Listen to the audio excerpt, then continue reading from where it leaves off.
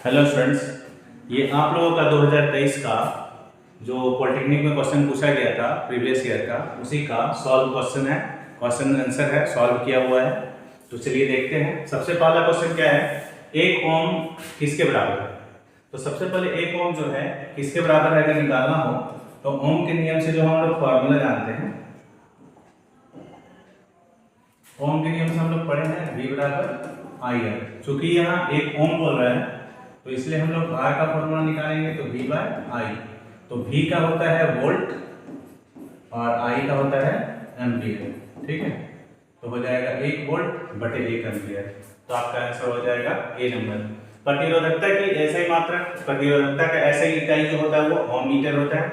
1 coulomb आवेश में electron की संख्या की गणना करें तो एक कूलम आवेश में होता है 6.25 इंटू 10 to the power 18 है इलेक्ट्रॉन्स। ठीक है, विद्युत शक्ति 1 वाट किसके बराबर है। तो शक्ति का फॉर्मूला हम लोग पहले लिख लेते हैं।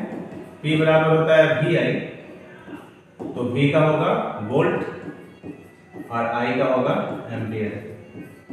ठीक है, और इसका होता है 1 वाट। तो 1 वाट बराबर होगा 1 वोल्ट इंटू 1 एम्पियर। तो आंसर हो जाएगा ये वाला। ब्रेड, टोस्टर और विद्युत स्त्री जैसे विद्युत दुश्मन युक्तियों के संवाहक शुद्ध धातु के अपेक्षा मिश्र धातु के बने होते हैं। क्यों मिश्र धातु के क्यों बने होते हैं?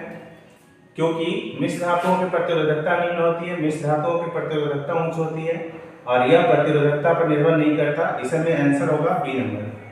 परावर्तन के बाद मुख्य धुरी के समांतर एक किरण गुजरेगी। परावर्तन के बाद हम लोग जानते हैं मुख्य धुरी के समांतर यानी मुख्य अक्ष जो होता है उसके समांतर जो गुजरती है किरण, वो कहां से होकर गुजरती है?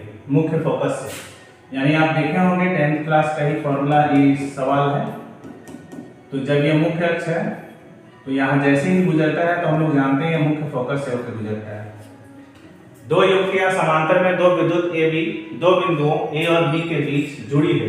दोनों बिंदुओं के बीच जो भौतिक राशि, भौतिक मात्रा समान होगी वो क्या होगी? तो वोल्टेज। कलिलीय कणों द्वारा प्रकाश का विवर्तन क्या कहलाता है? तो टिंडर। वक्रता त्रिज्या 30 सेंटीमीटर के उत्तल दर्पण के सामने 20 सेंटीमीटर की दूरी पर रखी एक वस्तु की ऊंचाई 5 सेंटीमीटर है, तो इसकी प्रतिबिंब की ऊंचाई क्या होगी? तो सबसे पहले क्या दिया हुआ है? R दिया हुआ है। ठीक है, R का मान हम लोग लिखेंगे, क्या लिखा हुआ है? 30 सेंटीमीटर। तो F का मान हो जाएगा R/2 यानी कि 30/2, तो हो जाएगा 15 सेंटीमीटर। अब कह रहा है उत्तल दर्पण के सामने 20 सेंटीमीटर की दूरी पर एक रखी वस्तु है, तो U का मान हो जाएगा -20 सेंटीमीटर।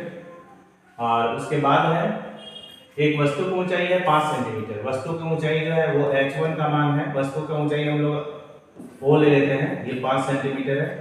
तो हम लोग को प्रतिबिंब का ऊंचाई निकालना है। सबसे पहले F और U से हम लोगों को V निकालना होगा। वक्रता त्रिज्या 30 सेंटीमीटर, इसकी वक्रता त्रिज्या 30 सेंटीमीटर ली गई है, तो R का मान हम लोग ले लेते हैं। R का मान है 30 सेंटीमीटर, तो F हो जाएगा R/2। 30 बटे कितना हो जाएगा? 2, तो हो जाएगा 15 सेंटीमीटर। चूंकि कौन सा दर्पण है? उत्तल दर्पण। उत्तल दर्पण में F प्लस में ही होता है और 20 सेंटीमीटर की दूरी पर वस्तु रखी हुई है। U का मान हो जाएगा -20। तो सबसे पहले हम लोग दर्पण सूत्र का उपयोग करेंगे। तो दर्पण सूत्र से हम लोग जानते हैं कि दर्पण सूत्र से होता है 1/V प्लस 1/U बराबर 1/F। तो 1/V बराबर 1/F माइनस 1/U। अब यहाँ पे हम लोग जो रखेंगे 1/V, तो 1/F, F का मान कितना दिया हुआ है? 15 सेंटीमीटर, माइनस U का मान है 1/-20। तो एक बार और सॉल्व करते हैं। माइनस माइनस प्लस 1/20, 1/V फिर 1/V, दोनों का लघुत्तम हो जाएगा 30। एलसीएम 15 को 2 बार पढ़ेंगे तो 30 आएगा, तो 15 दूना 30, 20। 1 मिनट, दोनों का एलसीएम जो निकालेंगे 15 और 20 का लघुत्तम एलसीएम तो होगा 60। 15 से 60 होगा 4 बार में, 20 दिया 60 3 बार में, तो 1/V 7/60। तो V बराबर होगा 60/7। तो 60/7 सेंटीमीटर हो गया। इसका हम लोग को अभी जरूरत नहीं है, हम लोग को जरूरत है प्रतिबिंब की ऊंचाई का। अब हम लोग आवर्धन का सूत्र उपयोग करेंगे इस जगह। तो यहाँ लिखेंगे आवर्धन के सूत्र से। के इस सूत्र से या परिभाषा से। सूत्र ना लिख करके परिभाषा लिखे तो और बेहतर है, ठीक है।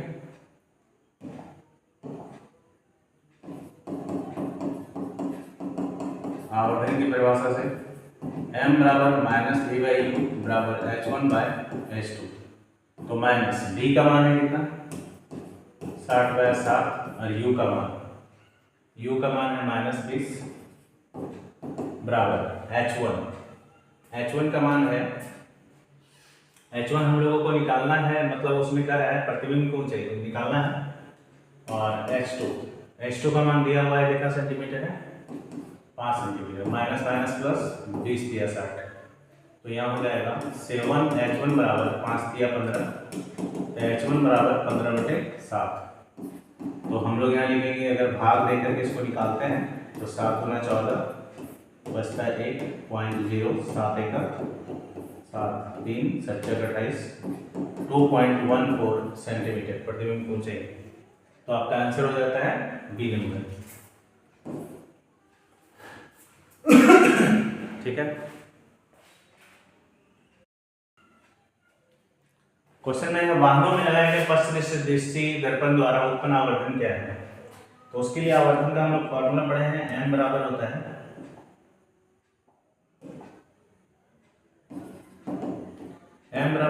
प्रतिबिंब को चाहिए बटे वस्तु को चाहिए। तो हम लोग किस दर्पण का बात कर रहे हैं, पश्च दृष्टि दर्पण। तो पश्च दृष्टि दर्पण कैसा दर्पण होता है, उत्तल दर्पण, ठीक है। यहाँ पे समझिएगा तो उत्तल दर्पण है। उत्तल दर्पण में हम लोग जानते हैं कि प्रतिबिंब वस्तु का जो ऊंचाई होता है वो हमेशा प्रतिबिंब की ऊंचाई से अधिक होता है।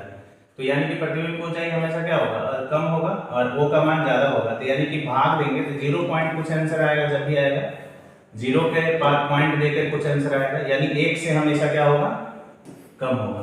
10 नंबर का आंसर। रोगी के दांतों का बड़ा प्रतिबिंब देखने के लिए दंत चिकित्सकों द्वारा उत्पन्न दर्पण किस प्रकार का होता है। तो हम लोग जानते हैं अवतल दर्पण का काम है।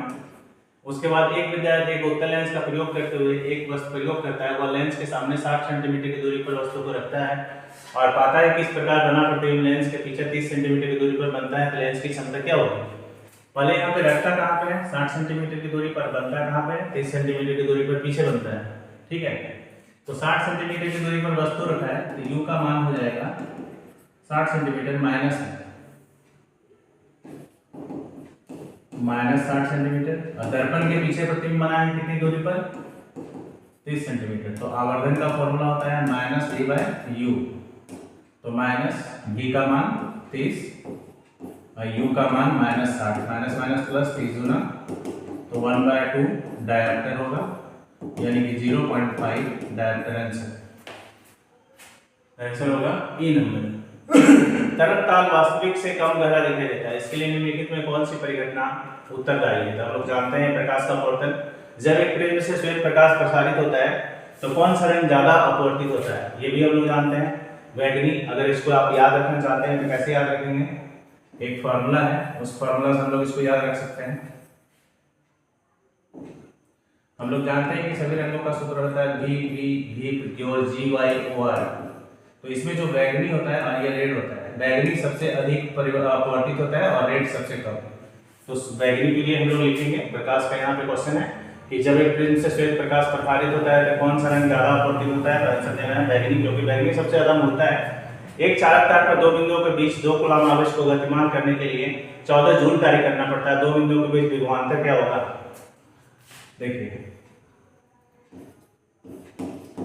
विभवांतर का फॉर्मूला होता है कार्य बटे आवेश। तो यहाँ पे कार्य कितना हो रहा है 14 जूल, तो 14 लिखेंगे और आवेश है 2 से कटाएंगे 7 बार, तो आंसर होगा 7 वोल्ट, ठीक है। तो आंसर इसका होगा सी नंबर। एक गोलाकार दर्पण और पतले गोलाकार लेंस की फोकस की लंबाई -15 सेंटीमीटर। दर्पण और लेंस के क्या चीज होता है, देखिए यहाँ पे कह रहा है कि फोकस माइनस में, अगर फोकस माइनस में हो तो कौन सा दर्पण होगा, तो अवतल दर्पण होगा। लेंस क्या होगा, अवतल होगा, यानी दोनों अवतल होगा। एक वस्तु को 15 सेंटीमीटर के फोकस दूरी पर लंबाई के उत्तल दर्पण के सामने 10 सेंटीमीटर की दूरी पर रखा जाता है, तो आवर्धन क्या है। यहाँ पर कौन सा दर्पण है ये देखना है आपको, दर्पण है उत्तल दर्पण। तो उत्तल दर्पण में f का मान प्लस में होता है, तो प्लस लिखेंगे 15 सेंटीमीटर और क्या दिया हुआ है 10 सेंटीमीटर की दूरी पर वस्तु रखी जाती है। कोई भी चीज हो उसमें आपको दर्पण हो कुछ भी हो, लेकिन वस्तु की दूरी हमेशा माइनस में, u का मान -10 सेंटीमीटर। तो u और f है हमारे पास, तो हम लोगों को निकालना है आवर्धन।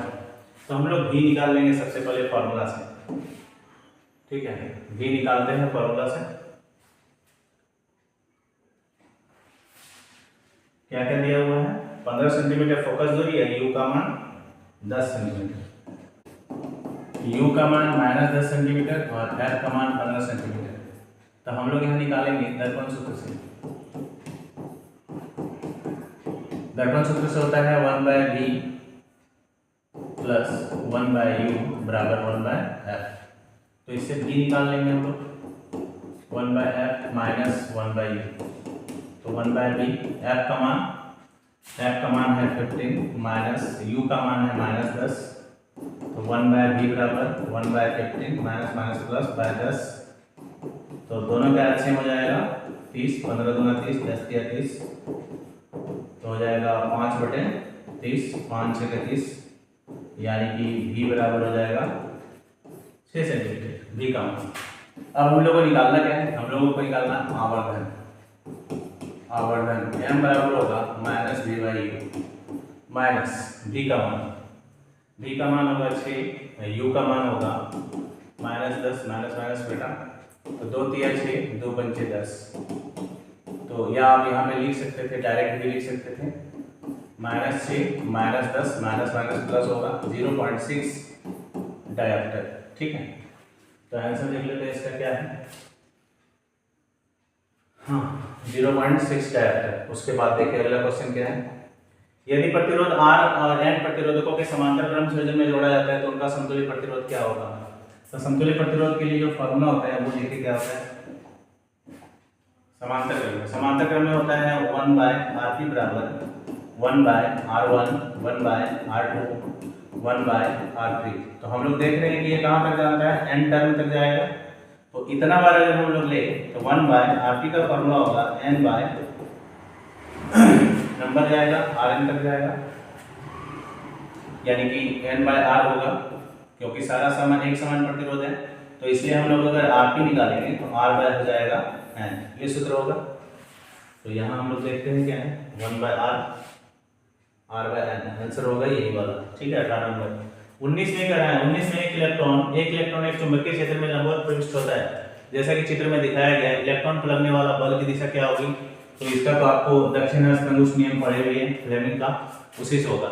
विद्युत चुंबकीय प्रेरण की घटना कब होती है, परिघटना है कब, चुंबक और कुंडली के बीच सापेक्ष गति होती है तब।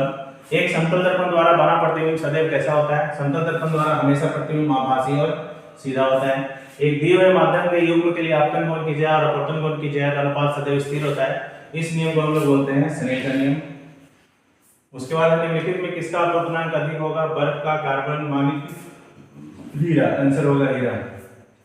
एक गोलाकार लेंस की वृत्तीय बाह्य रेखांकन का प्रभावी व्यास क्या कहलाता है, तो हम लोग जानते हैं उसको द्वारक बोलते हैं। एक लेंस की क्षमता की ऐसे मात्रक क्या होता है, डायरेक्टर, ठीक है। एक विद्युत जनित्र के कार्य करने आधारभूत परिघटनाएं क्या होती है, विद्युत जनित्र का जो कार्य करने का तरीका होता है वो विद्युत चुंबकीय प्रेरण के सिद्धांत पर कार्य करता है, ठीक है। अगला क्वेश्चन है, सामान्य दृष्टि वाले किशोर हेतु दूरदृष्टि दोष की न्यूनतम दूरी कितनी होती है, तो हम लोग जानते हैं 25 सेंटीमीटर। एक नेत्र लेंस की फोकस की लंबाई में परिवर्तन की गतिविधि के कारण होता है, किस चीज की गतिविधि के कारण होता है, तो सिलेरी मांसपेशी के कारण होता है। एक दिए गए धात्विक तार की विद्युत प्रतिरोधकता पर निर्भर होती है, तो याद रखना है कि जो भी प्रतिरोधकता होती है पदार्थ की प्रकृति पर निर्भर करती है। प्रतिरोध V और I का ग्राफ नीचे दिया हुआ है, हम लोगों को निकालना है। तो इसमें से आप जो भी लिखते हैं, जैसे कि एम्पियर हो गया धारा और ये हो गया वोल्ट यानी विभवांतर और ये धारा है, तो हम लोग फॉर्मूला निकालना है ओम। R बराबर होता है V/I, तो V का मान अगर हम 3 लेते हैं तो इसका मान होता है 5, तो 3/5 आंसर ये होगा। एक मृदु लोह छड़ को एक विद्युत प्रणालिका में रखा जाता है, प्रणालिका में चुंबकीय क्षेत्र क्या होगा, बढ़ेगा। यदि धात्विक तार की लंबाई को दोगुना कर दिया जाए तो तार का प्रतिरोध क्या होगा, यदि धात्विक तार की लंबाई को दोगुना कर दिया जाए तो तार का प्रतिरोध क्या होगा, तो हम लोग जानते हैं कि प्रतिरोध जो है लंबाई के समानुपाती होता है। अगर लंबाई को 2 से गुना करेंगे तो प्रतिरोध भी दोगुना हो जाएगा, इसलिए आंसर होगा बी नंबर। अब कह रहे हैं घर में एसी आपूर्ति 220 वोल्ट 50 हर्ट्ज, इस आपूर्ति में एक तार लाल रोधक में है जिसे हम लोग क्या कहते हैं, विद्युन्मय तार। कह रहे विद्युत आघात के समय परिपथ में विद्युत क्या होती है, भारी रूप से बढ़ती है। जब आघात होता है तब विद्युत आघात के कारण परिपथों को सुरक्षित करने के लिए प्रयुक्त सुरक्षा युक्ति किसको बोलते हैं, फ्यूज को। 2 किलोवाट शक्ति द्रावण में एक विद्युत ओवन को 220 वोल्ट के घरेलू विद्युत घरों में लगाया जाता है। तो ओवन से लेके विद्युत धारा क्या है, तो हम लोग फॉर्मूला पढ़े हैं P बराबर VI, तो I बराबर होगा P बाय V। तो यहाँ शक्ति कितनी है, 2 किलोवाट है, यानी 2000 वाट, और विभवांतर कितना है, 220 वोल्ट। तो ये 0 0 कटा, और 2 से कटा देंगे 11 वाला में, 2 से 100 वाला, तो 100/11, और ये शक्ति है तो ये धारा है तो एम्पियर, तो 11 से कटाएंगे 100 को, तो 1199 होता है, फिर 1.0, फिर 0, फिर 0, 1199, 9.09 एम्पियर आंसर हो गया ये वाला। एक समतल दर्पण की फोकस की लंबाई क्या होती है, समतल दर्पण की फोकस बहुत इंपॉर्टेंट क्वेश्चन है, ये याद रखना है, अनंत होती है। विद्युत एक क्षैतिज पावर लाइन में पूर्व से पश्चिम दिशा में बहती है, इसको तो आपको फ्लेमिंग के दक्षिणावर्त नियम से याद रखना होगा। लंबी सरल प्रणालिका जिसमें विद्युत धारा विद्युत है, उसका चुंबकीय क्षेत्र क्या होगा, तो सभी बिंदुओं पर समान होगा, ठीक है। लंबी जो लंबी प्रणालिका होती है उसकी बात कर रही है। अंदर में क्या होता है, लंबा प्रणालिका के अंदर जो चुंबकीय क्षेत्र होता है ना, वो इस तरह से समांतर रेखाओं द्वारा होता है, सभी बिंदुओं पर समान होगा क्योंकि समरूप चुंबकीय क्षेत्र बन जाता है। फ्लेमिंग के बाएं हाथ के नियम के अनुसार तर्जनी की दिशा इंगित करती है किधर, चुंबकीय क्षेत्र। ये आपको रटा रटा आंसर है। वह युक्ति जो किसी परिपथ में विद्युत की उपस्थिति का पता लगा सकते हैं, हम लोग इसको बोलते हैं गैल्वेनोमीटर या धारा मापक। क्वेश्चन क्या है, नेत्र का रेटिना जो होता है वो क्या है, प्रकाश संवेदी पटल है। पटल किस होता है, पटा, प्रकाश संवेदी मतलब प्रकाश से काम करता है, प्रकाश के द्वारा वो काम करता है। सितारों के टिमटिमाने का कारण क्या है, सितारों के टिमटिमाने का कारण है वायुमंडलीय अपवर्तन, क्योंकि अपवर्तन के कारण क्या होता है, प्रकाश की किरणें अपनी जगह से मुड़ जाती है, और अपवर्तन होता है जिसकी वजह से तारे जो है अपनी वास्तविक जगह से ना दिखाई देकर अलग जगह पे दिखाई देते हैं, जिसके कारण वो टिमटिमाते हुए प्रतीत होते हैं। एक व्यक्ति उसके दृष्टि दोष को सही करने के लिए इतनी क्षमता का कह रहा है कि लेंस की आवश्यकता है। दृष्टि दोष को सही करने के लिए वांछित लेंस की फोकस लंबाई क्या होगी,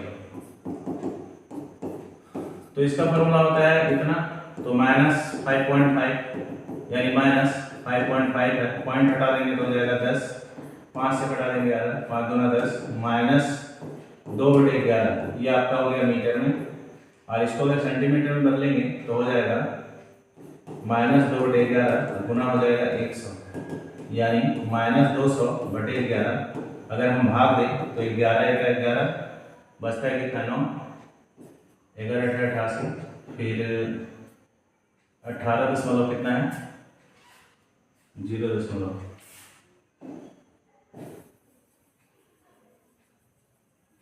फिर से बनाते देखिए इसको। यहाँ P का मान है -5.5 डाप्टर, तो F का वैल्यू निकालना हम लोग को। F का मान होगा 1/P, तो 1/5.5, दशमलव हटाएंगे 10, 5 गुना 10 11, तो -2/11 मीटर। इसको सेंटीमीटर में बदलेंगे, अगर सेंटीमीटर में बदलेंगे तो, लेकिन आंसर मीटर में, इसको मीटर में कन्वर्ट करके इसी जगह बना देते हैं 0.0, 11 का 11, 10 में 11, फिर 11 88, फिर 2, यानी कि 0.18 मीटर, 0.18, यही आंसर होगा। दो बिंदुओं के बीच विभवांतर किया गया कार्य, विभवांतर होता है कार्य बेटे आवेश, आंसर होगा आपका यही होगा। उसके बाद निम्नलिखित में कौन सा चुंबक द्वारा आकर्षित नहीं होता है, चुंबक से कौन आकर्षित नहीं होगा, पीतल। एक उत्तल दर्पण की वक्रता त्रिज्या 32 है, तो इसके फोकस की लंबाई 16 सेंटीमीटर, आधा कर देंगे उसको। ये फॉर्मूला बनता है F बराबर R/2। अब कह रहे हैं निम्नलिखित में किस पदार्थ की लेंस नहीं बनाया जा सकता, तो मिट्टी से लेंस नहीं बनता। सौर भट्टी में प्रयुक्त दर्पण का नाम बताना है। सौर भट्टी में हम लोग जानते हैं कि उत्तल दर्पण का उपयोग होना चाहिए। 46 में कह रहे हैं 10 सेंटीमीटर फोकस लंबाई के उत्तल लेंस के मुख्य दूरी पर लंबवत 1-2 सेंटीमीटर ऊंची वस्तु रखी जाती है। लेंस द्वारा वस्तु की दूरी 15 सेंटीमीटर, प्रतिबिंब की दूरी, यानी हम लोग को आई निकालना है। तो उत्तल लेंस है, उत्तल लेंस में फोकस, ये जो फोकस दिया हुआ है ना, ये फोकस प्लस में होगा उत्तल लेंस में। F का मान होगा +10 सेंटीमीटर, और वस्तु की दूरी U का मान -15 सेंटीमीटर। तो फॉर्मूला होता है लेंस का 1 माइनस बी 1 बाई यू बराबर 1 बाई एफ। तो 1 बाई बी बराबर 1 by F minus 1 by U. ठीक है, तो 1 by B 1 by F, F का मान है 10 माइनस माइनस प्लस 1 बाई 15, दोनों का एलसीएम 30, 15 10 दिया 30, 15 दूना 30।